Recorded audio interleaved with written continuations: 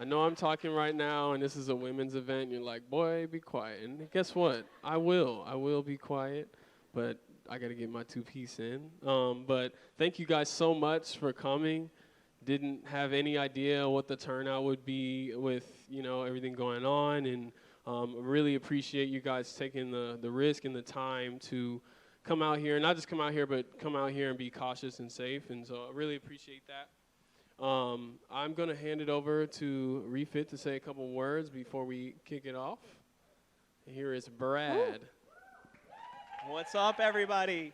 Welcome to Refit. If you're not familiar with Refit or have never been here before, this is a community-based fitness place where we create spaces for empowerment, for belonging, for transformation. It was founded by 3 women, Angela Beeler, Catherine Ballas, and Emily Field. So to have you guys here tonight, and definitely you guys here tonight, to talk about the work that you're doing in your own businesses or in your own lives is totally appropriate for Refit.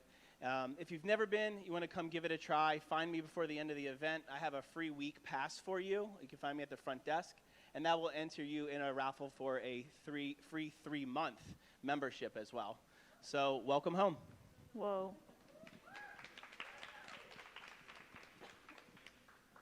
Cool. Well, if you don't know, now you know. This is the first annual Collide with Women event. So pat yourselves on the back. If you walked in and you didn't get a swag bag, if you purchased your ticket beforehand, feel free to. Yeah, there's extra. So yeah, feel free to go grab it. And Madison will take care of you, my amazing wife. Woo. That's right. Sorry, y'all. I got a ring. Well, cool. Well, we're gonna get into this thing, huh? Yeah. All right. So we're just basically gonna have a conversation, and about women in entrepreneurship, taking ideas into action, into reality. And first, I guess we'll start off with you guys just kind of telling us. Well, who are you? Oh, okay. My name is Ryan. And I'm a music artist, and I am the co-founder of Creatve. Basically, it's a community that connects different individuals, specifically those who are creative or entrepreneurial or freelancing, and we try to provide opportunities for you to network and find opportunities to grow in your craft. So that's me. When I'm not doing music, that's what I do. Love. I'm Britney Spears. I'm just kidding. I'm Grace Casper. I'm a senior at Baylor, and I'm the host of a podcast called Those Who Know. Go and subscribe and check it out. But I have the honor of interviewing these amazing women that I am trying to be really cool and not fangirl right now. So. Well, cool. We'll let these amazing women introduce themselves. Go ahead and tell us who you are and what you do and what you hope people experience from tonight. We'll go ahead and start. Hi, everyone. I'm Bianca Zaloumis. My husband and I own Third Space Theory Coffee, Thirst Coffee for short. And I'm super excited to be here tonight. Thank you, Grace and Ryan, for being here and doing this, and everyone who's a part of Collide.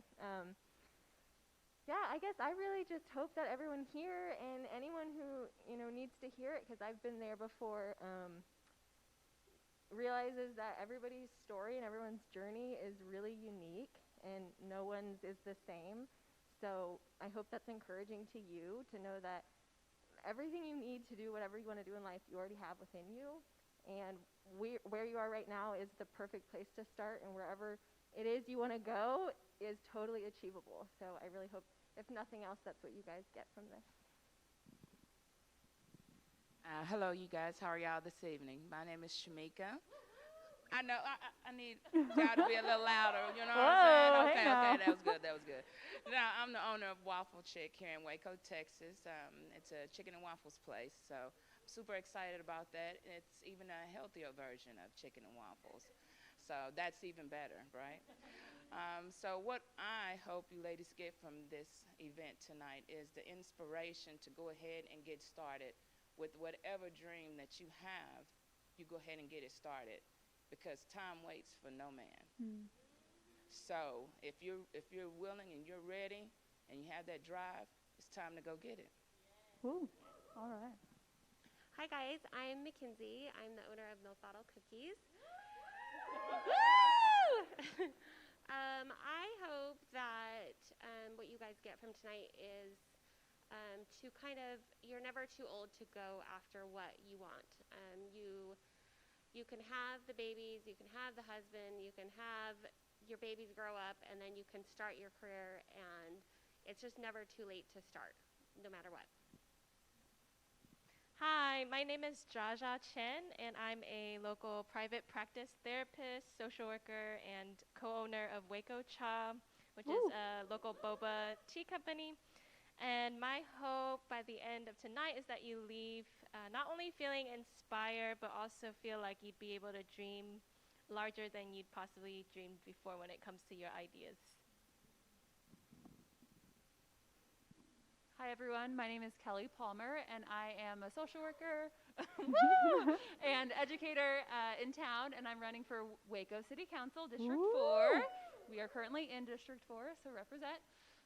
My hope for tonight is that y'all come away feeling inspired, and also that you tell someone what your dream is. I think having that accountability piece of like, I want to run for office, or I want to start a business, having other people get excited, I think is a critical piece. So I hope you come away ready to tell your story.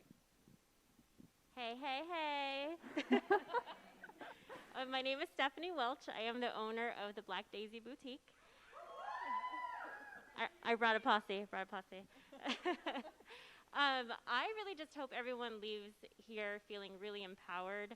I have quite a story, which we do not have time to get into tonight, but I want everyone to feel empowered when they leave here, inspired, and really honestly to find like some sort of sisterhood. There's so much competition within the same types of businesses, and there's just like no space for that, at least in my mind. So I hope that people leave here unified and just feeling empowered and a sense of sisterhood within each other.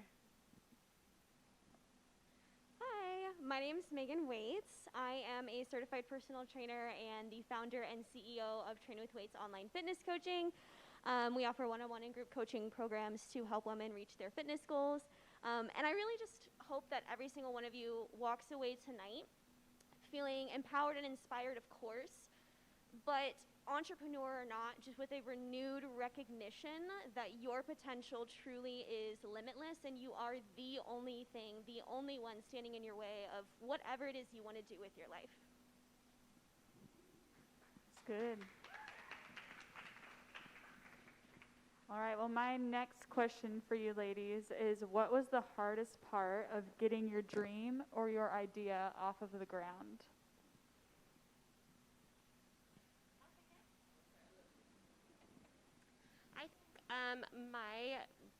It was me. Like, I questioned myself. I thought people thought that they would make fun of me, or, I mean, I had to move to a whole different state in order to get the courage to not care what anybody thought, because I didn't know anybody here. So now looking back, I go back home to Utah, and people are like, why didn't you start this out here? Why didn't you, you know, and it was me. I was my biggest downfall in it all.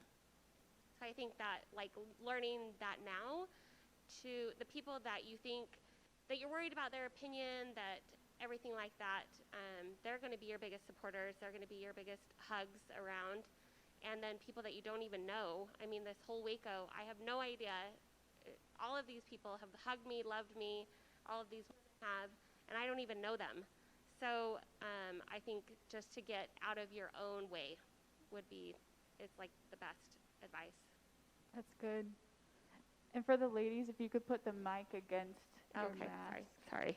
No, you're so good. Now we know. Thank you. For me, the hardest part in starting Waffle Chick was capital. I didn't have the funds to start off my small business. I didn't have the funds to start off my idea. But I was working at the Meyer Center, and everyone, I hope you guys know that's a part of Mission Waco, because I do have a passion to work with the homeless. But in addition to that, I took my last 2 checks from the Meyer Center, and I started Waffle Chick with $613. Oh my gosh. So I was fortunate enough, because I am an Access 2 student from the Jesus Said Love program, ran by Emily and Brett Mills here in Waco, Texas. So they gave me the opportunity and space to start Waffle Chick off inside Lovely Enterprises. So I had a space. It was just me being able to have the funds to start Waffle Chick. So I asked God, I was like, should I do this with this amount? He's like, well, I already gave you permission to do so. So I started with $613 because I just wanted to just go for it, because nothing was going to stop me. I didn't want to say, you can't do this, Shamica, or oh, this is just a little bit amount of money.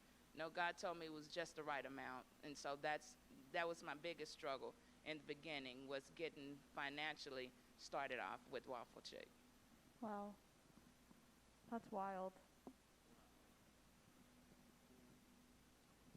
So one of my biggest fears in deciding to run for office as a 29-year-old woman in Waco, Texas was, do I really have what it takes? Who am I to show up for my community in this way? And I've read all these statistics about men who will look at job descriptions and they'll meet like 15% of the job description and they're like, oh, that's me, dog. Like, I'm going for it.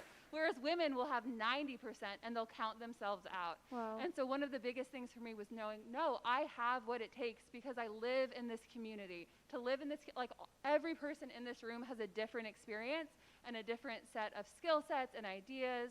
And so that's our expertise that we bring to the community. So I would say don't count yourself out, because the men, and particularly the white men in the room, certainly aren't doing that. Wow. Dang. Wow. Sorry, white men. No, I'm kidding.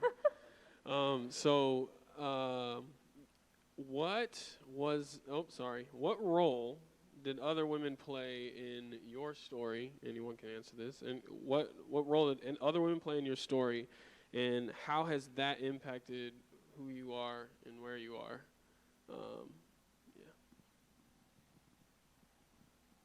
So if you guys know anything about the Black Daisy, we are all about women, for women.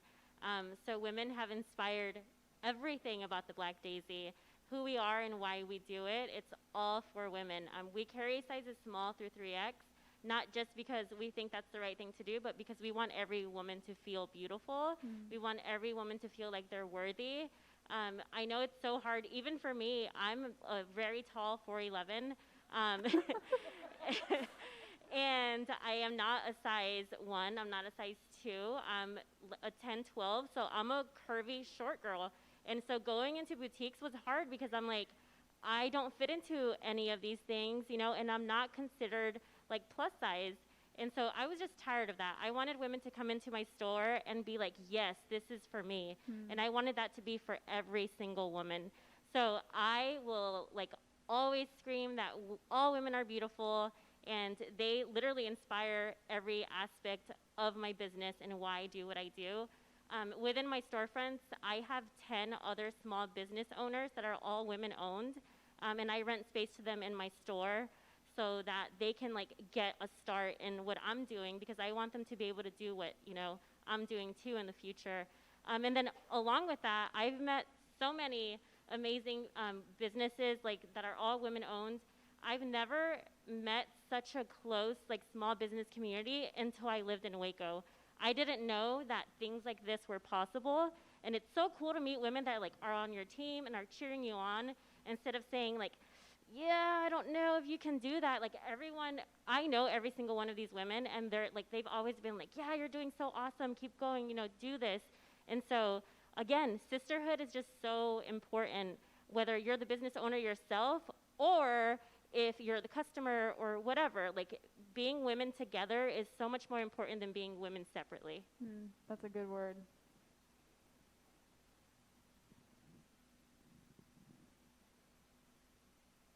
Anybody?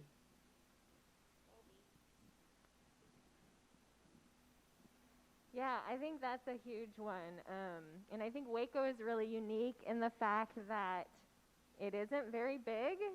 And so for me personally, I got to see, even before we started our own business, my husband and I got to like actually see these really incredible women, some of them who are up here right now, working on their business. Like, you actually can see them every day grinding and working, and that's unlike anywhere else I've ever lived.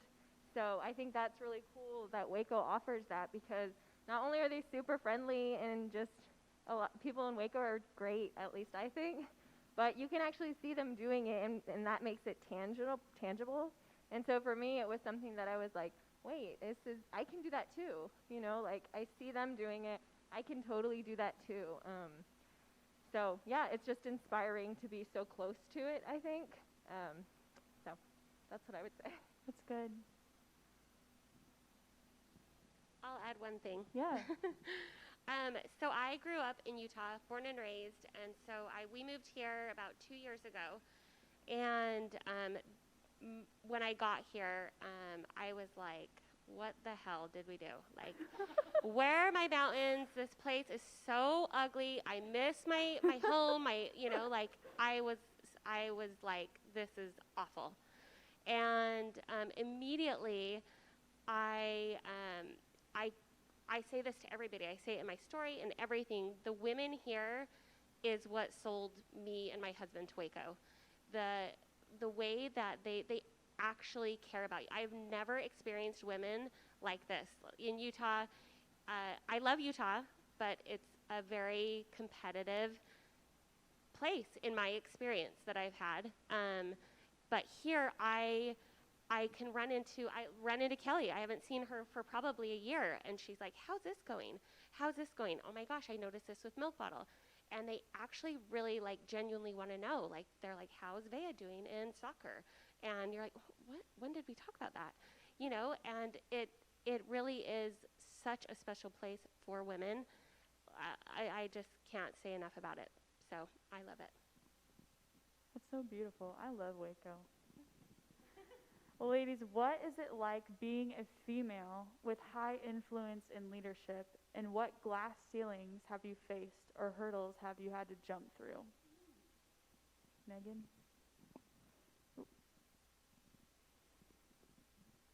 So I feel like women a lot of times are not maybe taken as seriously in the fitness industry. Women have a right to be in the fitness space just the same as men do, but it can feel like a very male-dominated space. Mm-hmm. It's maybe hard to feel like we deserve the same level of respect in that space, but we belong there just the same as anyone else, no matter like who you are, what your goals are, what your purpose is. So my whole brand and mission is built upon empowering women to take up more space, which is so contradictory to what I feel like we are told and pressured to do from other people in a society. Like, we're told to be smaller. We're told to not talk as loud, don't take up as much space. And I'm all about empowering women to do the exact opposite of that. So I think just like even from my personal fitness journey of like gaining weight versus losing weight, it's been a struggle sometimes to demand the same sort of respect and leadership and influence as maybe like a male in the space might. But it's well worth it. Mm-hmm. I called Makenzie I didn't call her. I texted her last night because my husband is in law enforcement, and I told him that I had something to do tonight, and he came home and was like, hey, by the way, I have to work until 5 p.m. And talk about like a struggle as a wife and as a mom. Like, I now have 2 storefronts and 4 employees, and my career matters too, right? And I work hard too, but as a mom and as a wife, you work around your husband's career. It's just how it goes, you know? And I'm grateful for him, and I love that he supports our family. Like, I mean, the man pays all the bills, okay? And and he feeds me, obviously, very well. And so I'm very, very grateful for him. However, I want to feel equal. I want to feel like the work that I'm doing is just as important. I want to feel like he cares about my career just as much as I care about his. So that for me has been the biggest struggle, because I know that he can just call his sergeant and be like, hey man, my wife has a panel tonight, so I can't work, I know that, but I just want him to say like, hey, let's figure this out together, or your job is just as important as mine. Which, after I'm done blowing up and being a Latina, he does say. But it's just like, as a mom and as a wife, for me, that's been the biggest struggle, because I want to put my husband first, and I want to put my kids first and my home first, but I also want to build a freaking empire. And like, I am not made to be a stay-at-home mom. And if you are, hey, that's okay. But me, like, I just want to work, and I want to build, and I want to strive, and I want to like set myself up for the future, and I want like women to feel that way too. And so just being a mom and being a wife, like, I have an amazing husband, but sometimes I'm like, I wish you had to take the kids with you to work, and I wish, you had to work around my schedule. And he just like kind of looks at me like, yeah, that's never gonna happen. But but that's just the realness of being an entrepreneur as a wife and as a mom. The realistic aspect of that is that a lot of times you come second, and you have to find a way to still make yourself come first, if that makes sense. Okay. Yeah. So I'm a social worker, and I teach classes in social work, and so I've mostly been around women for most of my career. So I've felt very empowered and embodied to show up as myself in both feminine ways and in masculine ways.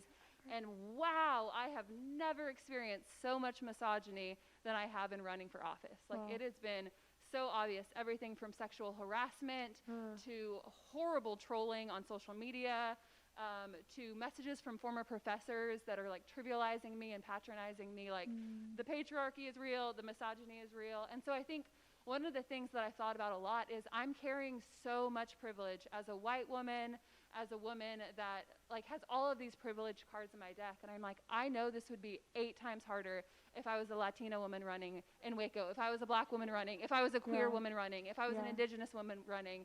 And so all that is to say, it's like, this is real, and we're going to continue to face this, and some spaces are going to be equitable and hospitable, and some spaces aren't. And one of the things I've had to really try to stay in my power is I know I will be more palatable to Waco, Texas, if I show up in more traditionally masculine ways.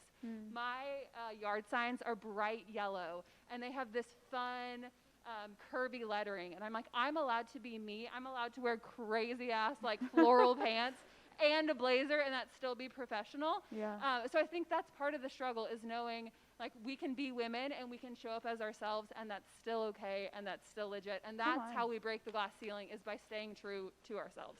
Woo. Okay. Yeah, we can take time on this question. I love this one. For me, I think the biggest things, glass ceiling, sometimes people call it bamboo ceiling when it comes to, racial dynamics. So I think it's a mixture of both racial challenges along with gender and age. So I'm 27 years old and have 2 businesses. And I think most of the time people just assume that Devin, my husband, is the main owner or the owner of Waco Cha, but we actually are co-owners of Waco Cha. And so I think for me, it wasn't, even though we've run Waco Cha for 2 years now, it honestly wasn't until this year, probably in the spring, that I finally embodied being a co-owner of a business, right?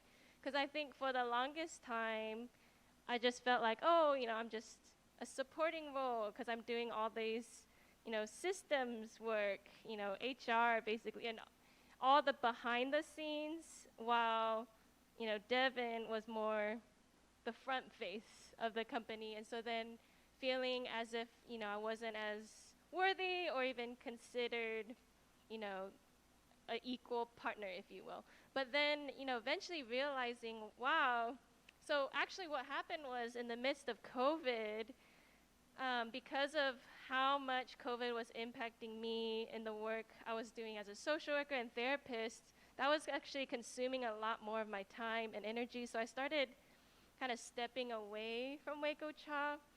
And later on, I even had friends who just were like confronting me, wondering like, how come it seems like you're not really involved in the company anymore? And I just told them, oh, they don't need me anymore. And what happened was a lot of employees started to give feedback saying, hey, the systems are all falling apart.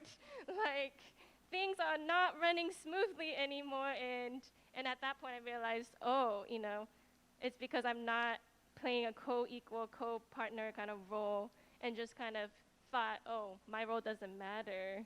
And once I just kind of took a back seat at that point, realizing, oh, it really matters, because now things are falling apart, and now we have to put all these systems back in place, you know, in order to have our company grow.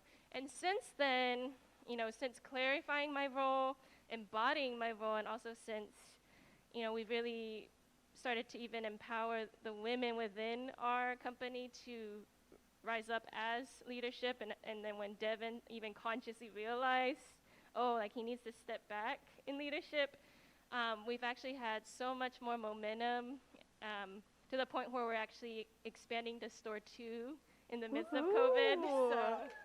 So yeah, you know, women in leadership, you know, it's where it's at.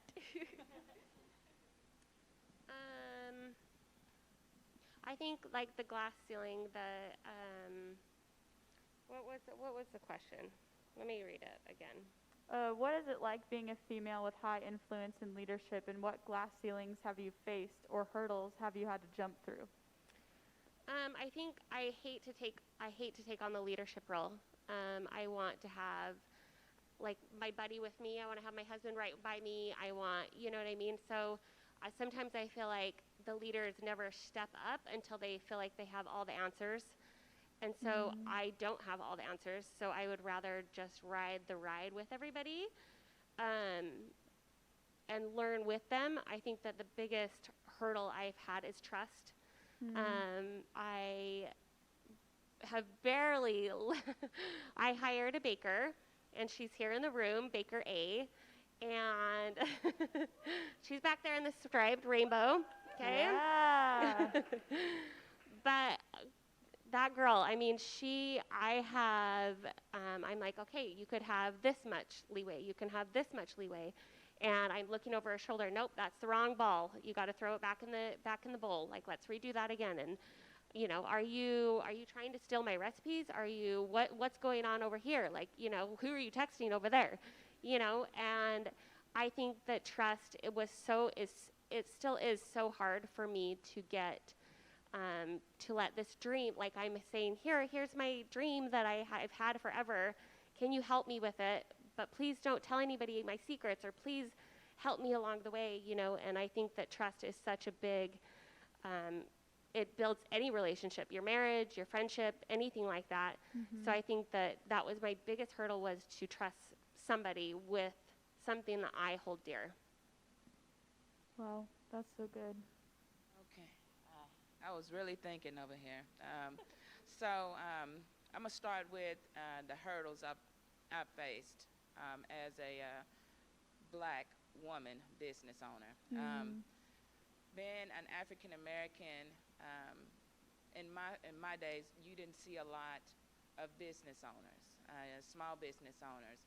And for me, being a single parent and also being a black woman, having my own business, I had a lot of self-doubt, thinking that, is this right for me?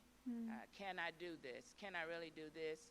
And it's a lot of things that I didn't know about having a business. But I've always worked for a lot of business owners around the community here in Waco. I've always made sure I honored them by working hard and respecting everything that they have to teach me when I was working for them.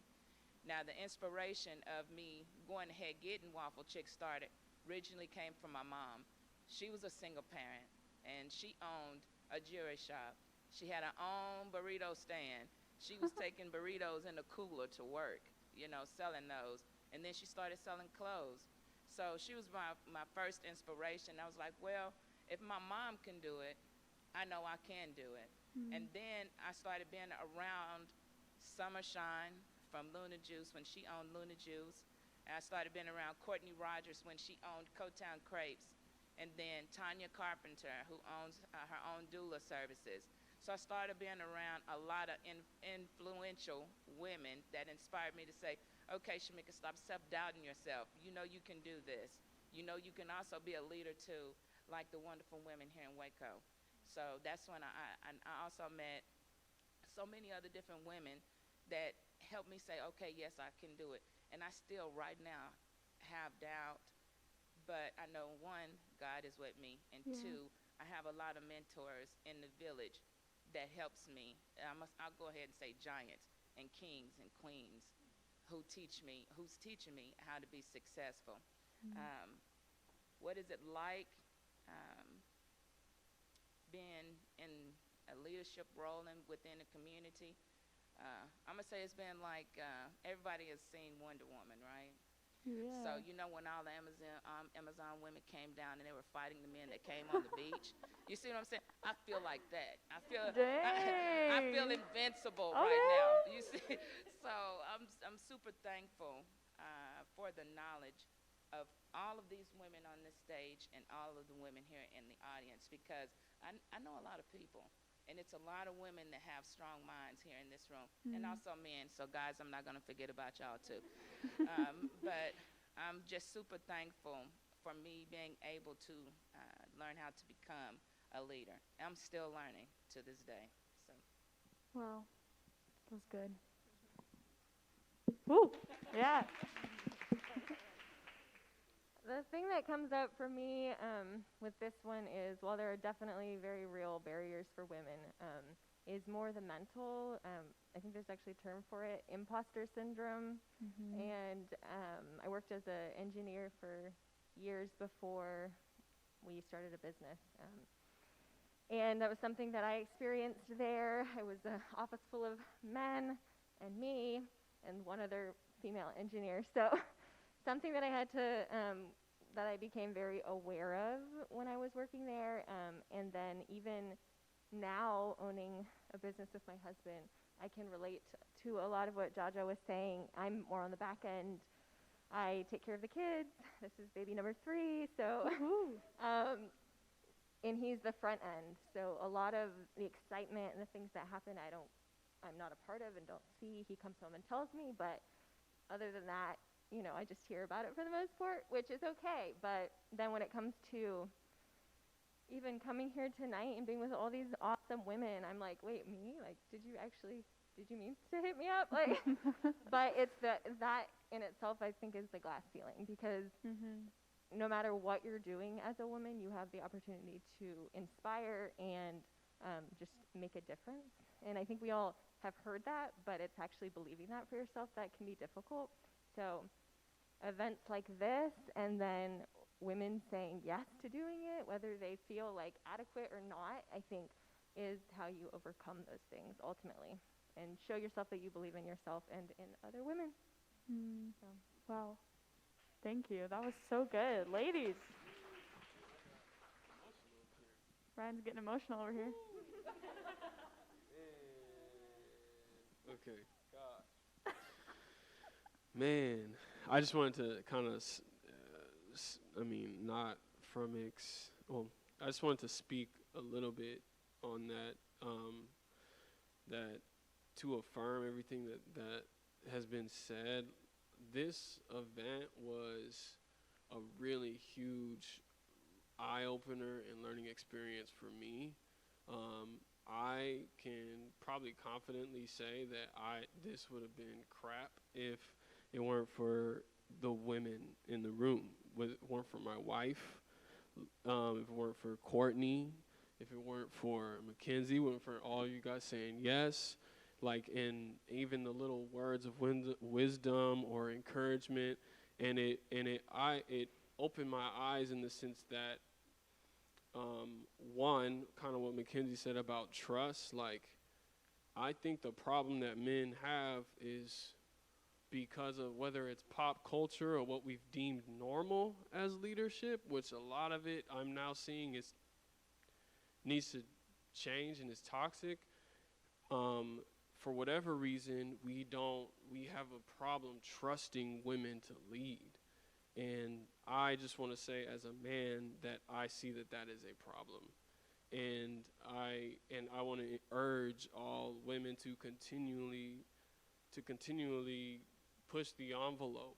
And like, man, I don't want to talk too much because I'm a man and this is a women's event. But I'm just like, yo, it really almost brings me to tears. I'll cry later because I'm not doing it up here. But like, because, man, we have missed out on so much for so long. I have, like, there's stuff my wife shows me like every day where I'm like, dude, I've been tripping. Like, I don't have it all. I don't. There's 50% at least, at minimum, of the human ability that I can't do, that I can't thrive in doing, and that the world needs. And so, like, from wife to mother to business owner to all men, I couldn't do that. I will openly say I could not. I don't know how, Bianca, I don't know how you're literally pregnant up here. Yeah. I would be worse than, I would be the worst diva. Worse. I can't even have not have a haircut. It's weird. And so, man, the strength of women is awesome. Stop. That'll be it for me. Good. Okay. That's Just stop good. me if I talk again. All right. Okay. All right. Why don't we ask a question? Okay. My question. So, I know I'm somewhat of a marginal, I guess, somewhat of a minority group, just being a black man. I know that there's in the struggles and pressures that can come just from just existing in that way, and above that trying to create something, lead something, build something. There can be a lot of stress that comes from it, and hearing all this, I'm like, even more so, like, there's gotta be so much. I don't know how, again, you stay sane. Like, how are you up here, Bianca? I'm just literally, I don't know. Anyways, that's why I asked you. I'm like, dude, she slays. Anyways, so I know in the midst of that, there has to be some importance.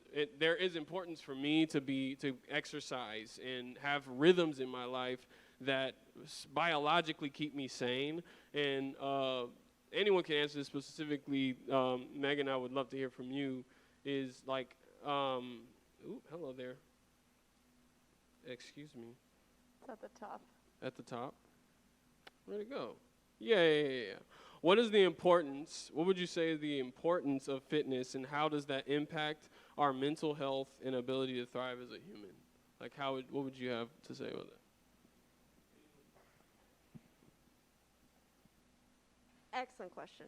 Anyway, okay, so I believe that God created our bodies to move, like, on a daily basis. We don't have to move as often and exercise as often as maybe we did a few decades ago. Like, everything is so, like, instant gratification, convenience-based. Like, you have everything at your fingertips. You don't have to move around as much. And that's a problem. So, I mean, even just speaking from personal experience, like, when I transitioned into just doing online coaching, I was like, oh, I have a desk job now. What? And I'm not moving as much on a daily basis as I know my body, like, needs to. So that's why it's so important to set aside that time every day, whether it's 15 minutes, like 4 times a week, or, like, if you're crazy like me, like an hour 6 times a week, whatever, to intentionally move your body. Because it's what it was made to do. And it's also a form of self-love, to show up for yourself in whatever sort of form of intentional movement, like, makes you happy and, like, fills your cup, like dancing, like cardio if you're weird, and, like, running, that's fine too. Lifting weights, like, whatever it is, it's important that you show up and do that. because you're filling your own cup up. And like, I mean, everybody has talked about how challenging it can be to balance the demands, just like household demands or like marital demands or like parental demands. Like we have so much that we have to worry about as women on top of being business owners that, like you were saying, it's instinctual to put yourself second. And that can't be how it is. Like sometimes it's going to be, but that can't be your default mode. It has to be to fill your cup first, and it's going to feel selfish. It's not selfish. It's selfish of you not to, because you can't show up for in all these different facets of life for all these different people that need you if you're not showing up for yourself first and serving yourself. You can't show up and serve everyone else. That's a recipe for burnout. Like you're not staying true to yourself. You're not doing what you have to do for you. And it looks so different for everyone, but intentional movement on a regular, consistent basis is just one way that you can do that. And by optimizing your physical health, you're optimizing your mental health, which means you're optimizing your ability to run a successful business. That was good. Okay. Anybody else want to add to that?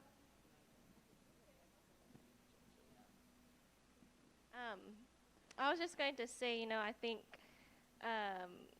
when we think about entrepreneurship, we usually think about, like hustle culture or grinding or just continuing to accomplish and achieve a lot of goals, and just, everything about doing. And, for the longest time, my perception of entrepreneurship is like that is what success is about, right? But over time, realizing like that, one, that's not sustainable for me and how my body works, and then two, realizing as I observed a lot of people who were part of that grind culture, just realizing how many people were moving into like really unhealthy mental health spaces, unhealthy physical health spaces, to the point where they're burning out, even though they might, image-wise, be very successful, financially or even goals-wise, right? And so for me, not just as a therapist, but just even personally in my life, really realizing, okay, I don't want to be an entrepreneur that then loses myself physically, mentally, emotionally, spiritually in the process of trying to create, right? Because not only will I not be able to do this for the long haul, but then I'm not going to be able to continue innovating, right? So I do a lot of work in my private practice with Brene Brown's research and her work, and she talks a lot about how, vulnerability is the place where it's most uncertain or risky. And I would say, entrepreneurship brings up a lot of vulnerability. And so because of that, it naturally will impact your body physically, to move into places of anxiety, which isn't just in your mind, it affects your physical body, right? And so then we need to figure out, okay, what are the best practices for my body to be able to actually help my nervous system or help my physical body get to a healthier place so that it doesn't just continue operating out of, the adrenaline rush. Because at some point that will impact us physically and mentally, so. Going off of that, social worker to social worker, I am so fascinated by our bodies. So if y'all will do a little exercise with me, if you're comfortable, close your eyes. And whatever your pronouns are, if they're he or she or they, just put your hand over your heart and take a deep breath in and out, and say in your mind, my body is good, my body is sacred, my body is powerful. Then you can open your eyes, see how you feel. So our bodies are capturing all the things that we are experiencing in a day. There's this great book by a renowned trauma therapist called The Body Keeps the Score. And I don't think there's a single person in this room that has lived through 2020 and hasn't had their fair dose of trauma. Okay, 2020 has been a dumpster fire. But like Jaja was saying, like our nervous systems are so activated by all of this stress, by all this adrenaline, by all this cortisol in our bodies. And so one of the ways I think we continue showing up as business owners, as leaders, as women in the world is by taking good care of our bodies. And that can look like exercise, that can look like acupuncture, that can look like getting a massage, that can look like just deep breathing in a dark room. But we have to do these things to get back into our body, to make our bodies feel like a safe place. Because ultimately, she, like I use she pronouns, she wants to protect me and she is sending me good messages. And so when my teeth are clenched or when my fists are clenched or when my heart is racing, those are all messages that something's off and I need to do something to adjust. So I think sometimes as fitness, we're like, I have to take up less space, like Megan was saying. I have to be smaller, smaller, smaller. It's like, no, I can take up all the space in the world.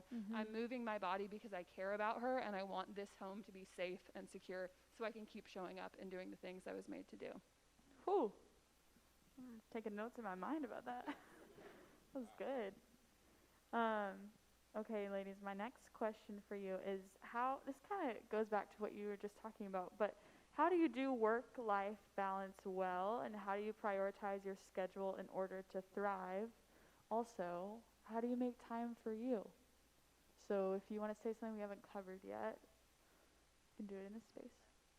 Yeah, I've recently changed my schedule actually to be able to allow for more space for myself just because since COVID, mostly have been doing online, predominantly online therapy, and so then being on the computer a lot more. After a few months, I was like in over my eyeballs, basically, from all the calls. And so I changed my schedule to where I block off 11 to 2 or 11 to 1:30 as like a lunch break and a time that I could do, yoga practice or my own, like the other day went and got a haircut, or just my own personal appointments during that blocked time. And then I also switched Monday and Fridays to doing like a half day. So, taking time off Monday mornings and then Friday afternoons, and that's helped a lot. So I think schedule is one of the hugest ones, and then blocking off that time specifically for appointments for yourself. That's good. That's good advice. Well, I really don't have anything to tell you guys. Like, I am the world's biggest procrastinator. I like to, I do. I'm like, tomorrow we're doing pumpkin cookies, but I don't have any pumpkin stuff, so I guess I'll go to the store tomorrow morning, and then I'll get up, and I'm like, crap, I don't want to go to the store. It doesn't open until 7. I just am. Like, I'll just be real with you. Like, I'm the biggest procrastinator, and I'm trying. That's my advice for you guys. Just keep trying. I love the honesty. That's so good.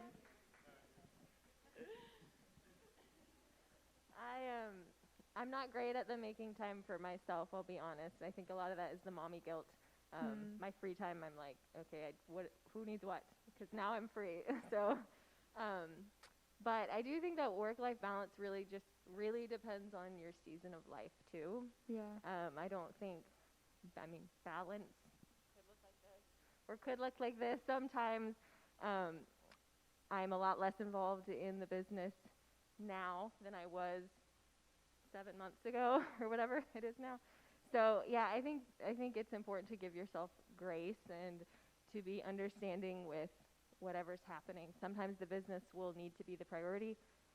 Sometimes the family will need to be the priority, and just not beat yourself up about it and be real about what's possible right then and there, and communicate to your family, your friends, your business partner kind of what's going on. If your child's acting up because you haven't hung out with them in a week, then maybe just sit down with them and tell them, my daughter knows when I'm working that she'll come up to me and be like, oh, you're working. She knows that like I'm going to give her an answer, but I'm not really paying attention because I've had to communicate that to her. Like, I can listen now, but I'm going to be half listening, or you can wait until I'm done and then I'll really be able to give my attention to you. And then it's up to me to actually, put the work down at some point and give that to her. But I think communication's really big, a big part of that, and people usually are pretty understanding. Yeah, that's so true. I'm gonna say something. As for me with scheduling, I'm more like my sister right here. I procrastinate somewhat, but I'm now just learning how to balance things out for myself, and that's where the word boundaries come in for me, because I have to be able to say, look, I'm not going to worry about the business today. I need to worry about me and taking care of me, because in working, it's just me inside the business. I don't have any employees right now. So Monday through Thursday, 8 to 3 p.m. now, it's just me inside the truck. So you'll see me mostly inside the food truck. And then Friday and Saturday, I'm doing pop-up events. And then Sundays, which I try to say, okay, that's my rest day. But 9 times out of 10, if someone asks me to do an event, I'm going to go ahead and do that event. But sometimes during the week when someone calls me and say, hi, Waffle Chick, are you open? No, I'm not open today. I'm going to take me a break. That's just what that is. I'm just going to take me a break no matter what happens. I just need that boundary for me that day because I'm tired. You know what I'm saying? So not that I'm going to try to find some employees, you know, but right now it's just me. So if you call me and say, can I get some waffles today? And I say, girl, I can't get you no waffles right now. I am tired. Please don't take offense to that, you know, because I need some time for me, and that's where I put my boundaries in there because, look, I have to get some rest to keep on delivering that excellent product, you know. Amen. Ooh. So I'm about to get real deep right now. So I think a lot of you guys know my backstory. And at one point of my life, I was homeless and like literally begging people for change on street corners, dumpster diving, and doing all of those things that you probably only see in movies. So for me, I started my business out of my living room. I begged my husband to let me borrow $300. I never paid him back. And so I started out of my living room, and I was like, just let me borrow $300. Like, I can totally do this. And he's like, you know, I don't know. And so he did. He gave me $300, and just like, this was in 2016. And the business just kept getting bigger and bigger and bigger and bigger. And I still sometimes can't believe, like, when I walk into my stores, I'm like, this is mine. Like, you know, this is my business. And so we have a location in China Spring, and I just opened one downtown in July. So cool. Thank you. I have 4 employees. And for me, time off sometimes is like, I just can't do it because I remember sleeping behind a dumpster, and I'm just like, there's time for rest, like Bianca said. But for me, that time is just not now. I just fought so hard to be where I am today, and I work a lot. Like, my store hours are 12 to 6, but I normally work closer to like 9 a.m. to 8 p.m. And I also homeschool my kids. I don't know how I do that. What? But my life is crazy. But I, in one way or another, find like time for myself. Like, for me, this is not work. Like, this is me time right now. Like, I'm hanging out and I get to be with my friends. And so this is my kind of taking time for myself. My business to me doesn't feel like work. It feels like I'm hanging out with my girls. It feels like I'm meeting new friends every day. I mean, some of them meet me and they're like, that girl's way too much for me. And I'm on the other side like, oh, you want to be my friend? Cool. When do you want to hang out? But it's just, I totally agree with Bianca. There's seasons for rest. And I just don't feel like I'm in that season. And I just don't know that I ever will feel like I'm in that season. Being an entrepreneur, like, you just have that hustle in you. Like, you just always want to work and work and work. And for me, it's not because I'm making money, because trust me, the stores are so slow right now. For me, it's more like I have a ministry in this. Like, the Black Daisy is a safe place for women, and God didn't give me 2 stores to, like, sell you guys cool stuff, which I do have cool stuff.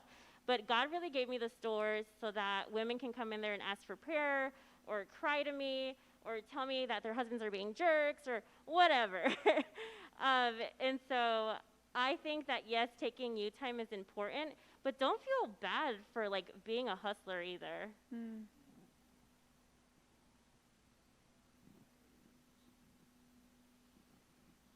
So, I'm interested in a lot of things right now. I'm so mind blown. I'm like, dude, I suck. These women are freaking.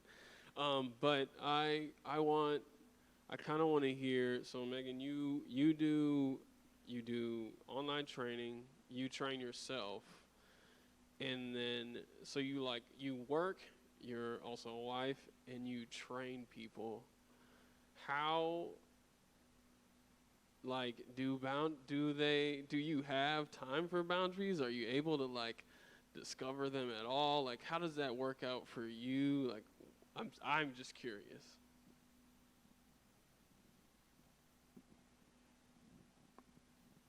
What are boundaries? Okay. So, this is something that's been actually one of, like, the biggest challenges for me as a business owner and a people pleaser. It's exhausting. Yeah.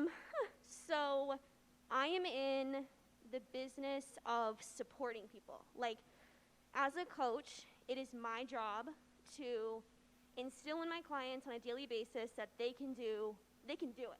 So I want to be there for them. And for the longest time, I thought that supporting my clients and being there for them meant that I had to be available to them 24/7, like, all the time. It didn't work. Let's just put it that way. Because, kind of backtracking to the other thing I said, if you're constantly putting other people before yourself, at some point, you're not going to be able to show up for those people in the capacity that they need you. So I wasn't showing up for me first.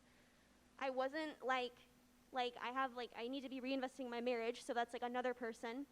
And then, like, all these clients. So I was spreading myself, like, way too thin, and in my mind, like, by trying to support them, like, infinitely, just as much as possible, I was actually supporting them less. Like, I was doing a worse job at being a good coach for them.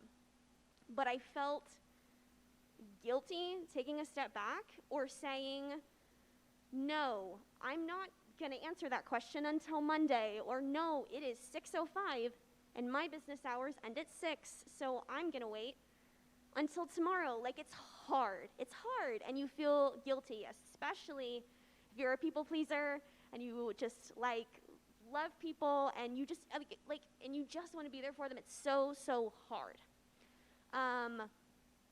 But once I got over that initial hump of, like, the guilt, because that's, like, the worst part, is I literally felt like I wasn't a good coach because I wasn't going to reply to them the same day, or I wasn't going to hop on a phone call with them, like, last minute, or I wasn't just going to respond, like, instantaneously. But once I got over, like, feeling guilty for it, I finally realized, like, wow, I feel like I can breathe again. I feel like I have, like, somewhat of a life again. And then when I did go to support those clients and to be there for them, I felt like I just had, like, a renewed sense. I was able to pour into them more, to serve them better. So, like, I just realized I'm a better coach. I'm a better business owner for setting those boundaries. And the thing is, like, 9 times out of 10, like people like boundaries. Like, they're not this bad thing. Like, boundaries allow you and your business to thrive and to not just, like, barely function, but, like, you're optimizing things, like, you're thriving. Even just setting boundaries within your personal life. And it comes down to you have to be the one, you establish how people are going to treat you and how people are going to, like, respect your time and energy. And if you're not respecting it because you're divvying it up and you're spreading yourself thin all the time, then people aren't going to respect it in turn. So just make it I just had to make it really clear to people, like, these are my business hours. I do not work on weekends. And guess what? Nobody said, oh, you're a bad coach because you don't work on weekends. Nobody ever said that. I was telling myself that. And it was like, it wasn't true. So just like learning that I have to protect my energy. Like, that is, your energy matters. Like, entrepreneur or not, like, you have to protect your time and your energy. And like, boundaries are a good thing. They are not something to feel bad about.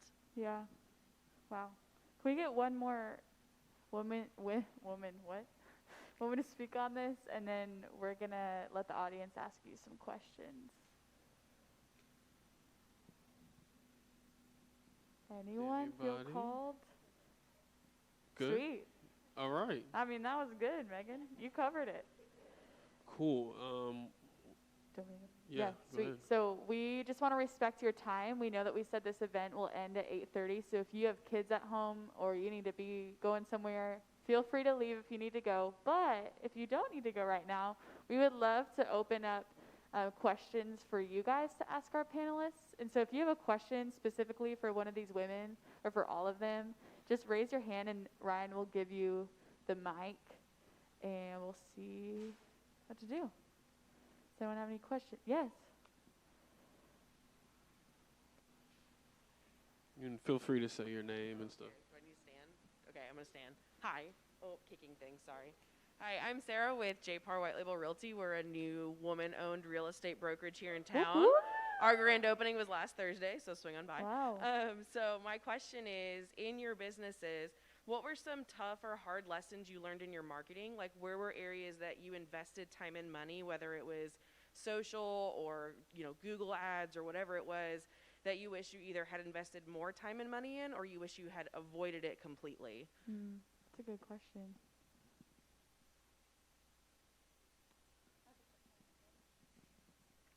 Okay, branding is everything. So Yeah. I would say invest in a great graphic designer. And there are some bomb graphic designers in this room and so many in Waco. But wow, having strong brand recognition for your website, for your social media, both your big brands and your miniature brands, what your brand colors are, what your brand language is. I think having that clear, concise branding is just such a game changer. Yeah, that's so true. Oh, yeah. I feel like this day and age, like social media and word of mouth are so much bigger than anything else. I feel like print advertising is just not as big as a deal anymore. Like, it doesn't get you what you're paying for. So I would just say, like, social media and like word of mouth, even like the mailer postcards, stuff like that is actually going to get into people's hands. I don't advertise like really big. I just like hit my social media super hard. I'm really like, just, I know who I am. I know what my brand is. And like, it's crazy, going in Waco and people are like, oh my gosh, Black Daisy, I know you. And I'm like, huh, how do you know me? And they're like, oh, like, your social media is awesome. And so social media, for me, at least in my experience, and like doing events and stuff like that, it's just where it's at. Big money, like advertising, like has not worked for me at all. That's interesting. I also think Waco's a unique spot. Yeah. Sorry, this is me speaking. Yeah, I don't know. Like, with my podcast and stuff, I've just found with advertising that, and when I'm in an advertising class and we talk about how print doesn't matter anymore, like nationwide, but then also specifically in Waco, people are crazy about Instagram. But Jaja, what were you gonna say? I was going to say we don't have an advertising budget, so but it's okay because I think you just need to be very clear about, one, like what your values are, and I would say if there was a mistake, was just aligning or trying out events that weren't in alignment with our values, right? So especially when you're first starting up, maybe people will invite you to do events or pop-ups or things like that, but just being very clear on who your ideal customer or who your ideal population is that you're wanting to work for or work with. And if events are not in alignment with that population, then it's okay to set those boundaries of saying like, sorry, I'm not interested, you know, or we're just not able to be part of that event. And knowing that that's okay, because not every event is going to fit with your brand. That's good advice. As for Waffle Chick, I don't pay for branding. I don't pay for marketing, but I do all my own social media, and I'm not a social media guru, okay? So I use Instagram and I use Facebook, and when I post with Instagram for Waffle Chick, it's not for me, it's about the customer and the experience that they receive when they come to my business. So I like posting anything that my customers post. I post that because I want to include them into my business. I want to show what my product is through them, because it's all about them and how they feel about my product. And so that's why I use Instagram mostly with my branding for Waffle Chick. I do use Facebook a little bit, but it's all about, again, it's all about Instagram for me. And anytime anyone comes to me and says and suggests something, I always take that into account, because everybody's opinion is valuable, you know, because it makes me greater, it makes me better for me to push that out through Waffle Chick. And so with me, yeah, it's all about the customer with branding for me. So once you do that, because they feel like they're a part of your business and they want to continue to come to your place when you advertise them and when you advertise your business through them and their experience. So that's what Waffle Chick does. Can I add one more thing? Yeah. This is for all of you guys. Really utilize Baylor, because I'm a marketing major and I'm in like promotional campaign classes, and we're doing work for you that's like really cheap. And so you could contact marketing professors at Baylor and ask, do you have any students that would be willing to just have free experience? And there's tons of students that are willing. So utilize Baylor University for sure. Cool. I think we have time for one more question. And then if you have questions, there'll be mingling time. Hello? Okay. So my name's Carissa, and this question just goes to the whole panel, including you, MC. I also want to know about your opinion as well. So what was your what was your pivotal moment in your business where you realized that, oh, I'm going to keep going, I'm going to keep striving after this? Because I know there's sometimes at a point in careers or businesses, you know, some of us have all had jobs, and hopefully I'm not defending anybody, but we all decided to go ahead and maybe pursue something else. So what was pivotal in your business that made you decide, I'm going to keep doing this, I'm going to keep going? Was there somebody in your life? Was there just something, was it the customers, or what's your thoughts on that?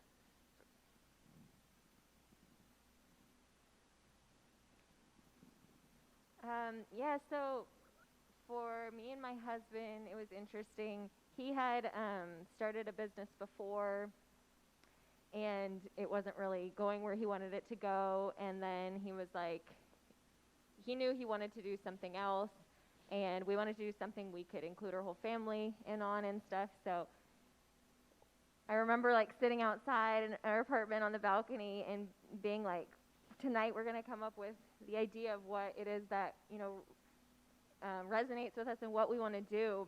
And so we decided, we love the coffee concept. We love, our name is Third Space Theory, so it's like your home away from home. It's the theory that everybody looks for that and needs that. So we kind of decided right then, that was our pivotal moment. Like that night, I remember we said, we're not going to quit.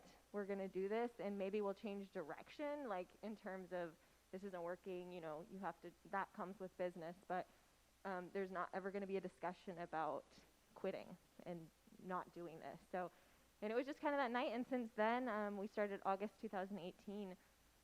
We never have had that discussion, even when like we're not making any money or like whatever it is. It was just always like, that's just never even been on the table for us, I guess. So yeah, while things within the business do change, and we just kind of made that agreement to ourselves and to each other that it's not something that we're gonna ever quit on, no matter what. So That's so good. For me, I used to work for Magnolia Bakery, and before that was Cotown Crates, which started at Magnolia. And so working in that positive environment, there's so many wonderful business owners and so many wonderful people working for Magnolia that I got to know over the times. And then when I lost my job at Magnolia due to my own circumstances, I told myself, Shamica, it's time for you to push your dream forward, and nothing is going to stop me. And so I had to get my own self together, my own mind and my heart together. And that's how I went to Emily and Brad at Jesus Said Love, and I asked Emily, could you help me? Could you help me get past everything that I've been through in my life, and being involved in human trafficking and being involved in the sex industry? I wanted to get all of that past me because I wasn't going to be successful unless I put my past to rest. And so that's when I grind at Jesus Said Love with Emily and Brett, and I got all that, having those classes, I got all that stuff past me. And so I told Emily, I really want to start my own chicken and waffle business. I want to use my mom's and my grandmother's recipe to start my own business. And so nothing was going to stop me because I was around so many wonderful business owners, and I learned so many valuable things. I wanted to say, you know what, Shamica, since your mom did it and you've been around a lot of people, it's time for you to do it for yourself. And so that was just that, and my kids. I was a single parent. I wanted to give them something. I wanted to give them their own idea of what you can and can't do. And so I teach them still to this day, even though they don't listen to me sometimes. This is what Mama wants to build for you. You can build this for yourself. Whatever your heart desires, whatever your passion is, then you go for it. And then I need to retract a little bit on the branding really fast. I did pay for some branding. Will Suarez designed my logo, and then Hannah Broad brought to life my business cards and things like that. She's a wonderful designer. She made a die-cut logo of my business cards because I wanted to stand out against everybody with business cards. So I got a die-cut, and Hannah brought that to life for me. And so Will Suarez brought my logo to life for me. So good. We're going to have to unfortunately cut it right here, ladies. But, Ryan, do you want to say something? Yeah, so we highly, highly, highly encourage you. These people, as you can hopefully tell, they're very personable. They're not, they're very humble, open people.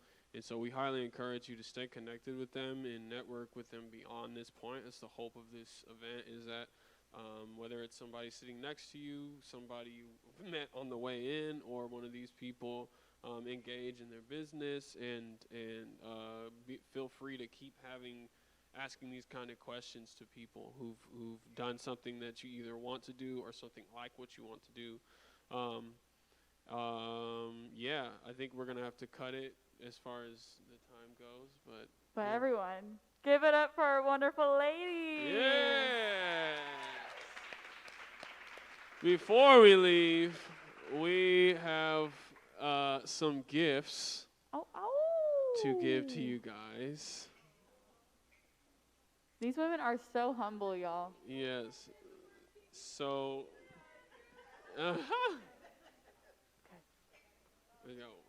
we also got you something, Grace, because you matter too. Really? So they're mugs Queen. that either say, I think, hot stuff or queen. And stickers in there. And flowers. Sweet. Hot stuff. Amen.